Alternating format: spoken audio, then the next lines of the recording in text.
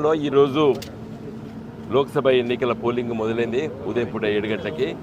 ఈరోజు కరీంనగర్ జిల్లాలో కరీంనగర్ పార్లమెంట్ నియోజకవర్గంలో వాతావరణం చాలా బాగుంది, చల్లగా ఉంది, మబ్బులు ఉన్నాయి.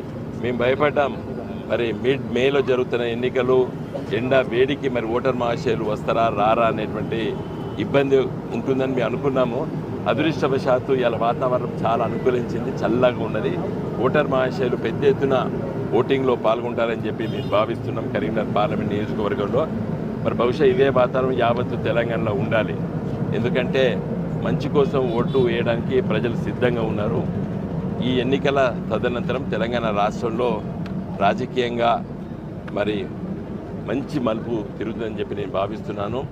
ప్రజలు ఈరోజు అభివృద్ధి కోసం పాటుపడేటువంటి అభ్యర్థుల కోసం ఆరాటపడుతున్నారు.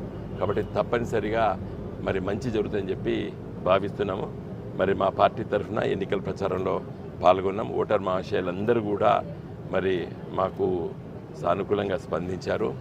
ఎలాంటి ఘర్షణ వాతావరణం లేకుండా కరీంనగర్ పార్లమెంట్ నియోజకవర్గం లోపల ఈరోజు ఎన్నికల సందర్భంలో కానివ్వండి, ఎన్నికల ప్రచార సందర్భంలో కానివ్వండి, ఎలాంటి చిన్నపాటి ఘర్షణ లేకుండా కరీంనగర్ పార్లమెంటు నియోజకవర్గంలో మరి జాతీయ పార్టీలు, ప్రాంతీయ పార్టీలు, ఇండిపెండెంట్ అభ్యర్థులు హోరాహోరీగా ప్రచారం చేసుకున్నాము. ఎక్కడ కూడా ఎలాంటి సంఘటన జరగలేదు. ఇది the beauty of Indian democracy. The beauty of Indian democracy ఏంటంటే మంచి వాతావరణంలో కూడా ఎన్నికలు జరగాలి, శాంతియుతంగా జరగాలి, ప్రజలు గొప్పగా స్పందించాలి.